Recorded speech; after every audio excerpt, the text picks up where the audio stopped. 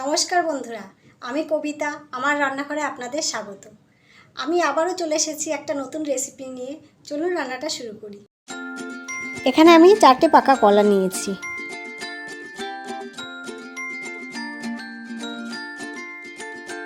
এবার কলা ছাড়িয়ে আমি ছোট ছোট পিস করে কেটে নেব।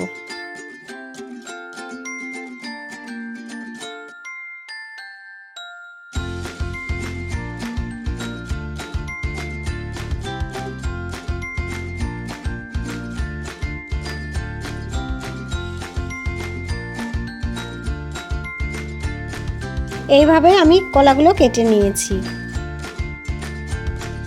এখন কলাগুলো মিক্সার জারে তুলে নেব, নিয়ে এটাকে একটা মিহি পেস্ট করে নেব।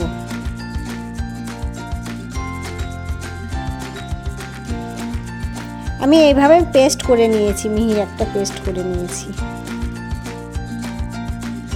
এখন একটা ফ্রাইং প্যানে দিয়ে দেব 1 চামচ মতো ঘি।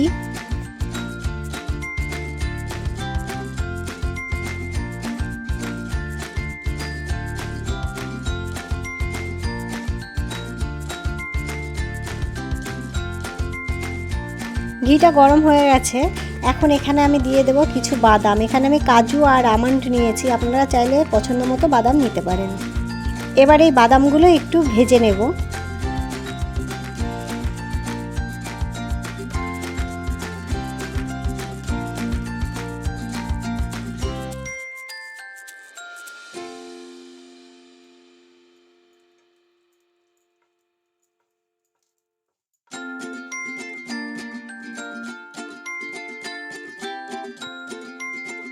বাদামগুলো ভাজা হয়ে গেছে, এখন এগুলো তুলে নেব।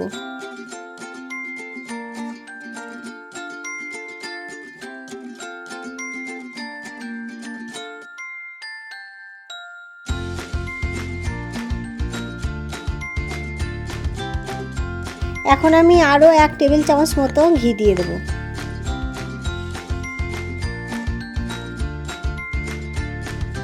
ঘিটা গরম হয়ে গেছে, এখন এর মধ্যে দিয়ে দেব 1 কাপ মতো সুজি।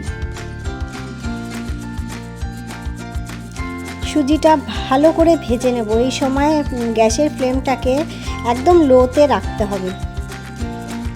লো ফ্লেমে রেখে 5-7 মিনিট ধরে সুজিটাকে ভালো করে ভেজে নিতে হবে।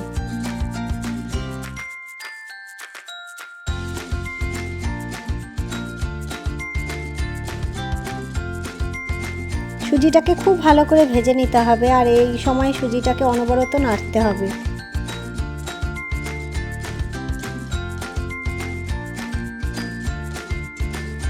এভাবে আমি হালকা ব্রাউন কালার করে ভেজে নিয়েছি। এবার এর মধ্যে আমি দিয়ে দেব যে কলার পেস্ট করে রেখেছিলাম, সেটা এর মধ্যে দেব আর সুজিটাকে নাড়তে থাকবো।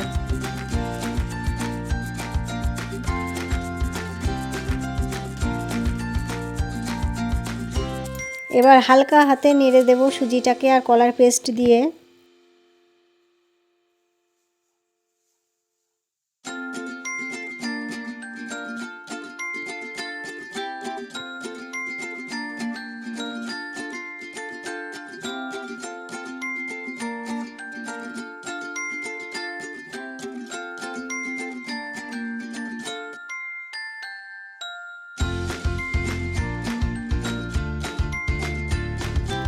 এখন এর মধ্যে দিয়ে দেব 1/2 কাপ মতো চিনির গুঁড়ো করে রেখেছি, সেটা দিয়ে দিলাম। সব কিছু খুব ভালো করে মিশিয়ে নেব।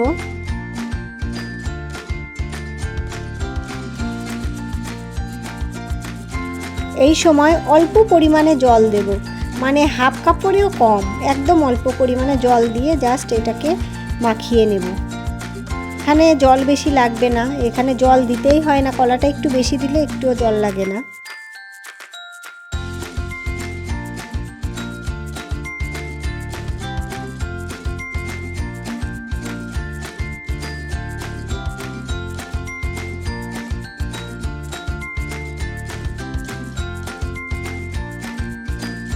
এইভাবে নাড়তে নাড়তে সুজি সেদ্ধ হয়ে যাবে।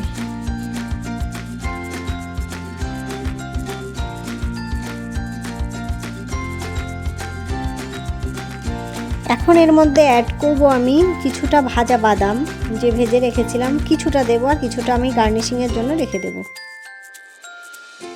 বাদামগুলো খুব ভালো করে সুজির সঙ্গে মিশিয়ে নেব। এখন এর মধ্যে দেবো 4টে এলাচ গুঁড়ো করে রেখেছিলাম, ওটা দিয়ে দিলাম। এলাচটাকেও খুব ভালো করে মিশিয়ে নেব।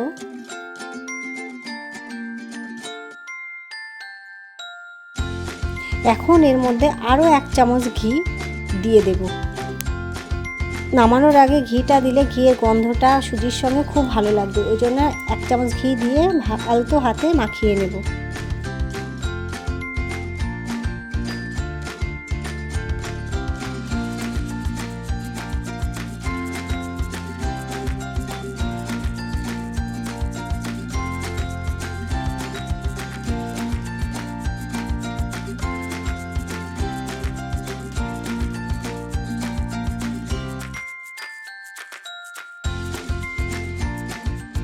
হয়ে গেছে, এবার এটাকে আমি নামিয়ে নেব।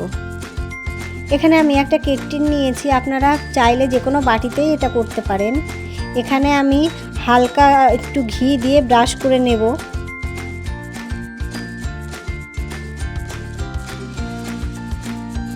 চারিদিকটায় ভালো করে ঘিটা ব্রাশ করে দেব। এবার এর মধ্যে সুজিটা দিয়ে দেব।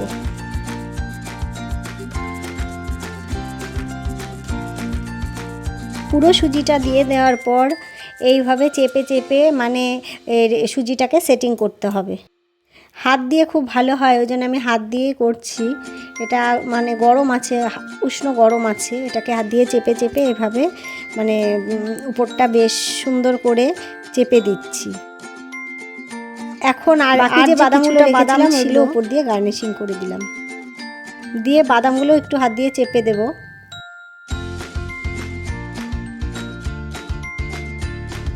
এবার কিছুক্ষণ এটাকে ঠান্ডা হতে দেব।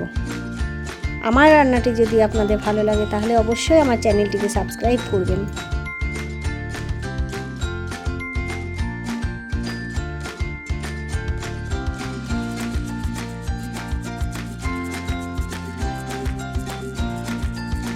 ঠান্ডা হয়ে গেছে, এখন আমি চাকু দিয়ে কেটে নেব পিস করে।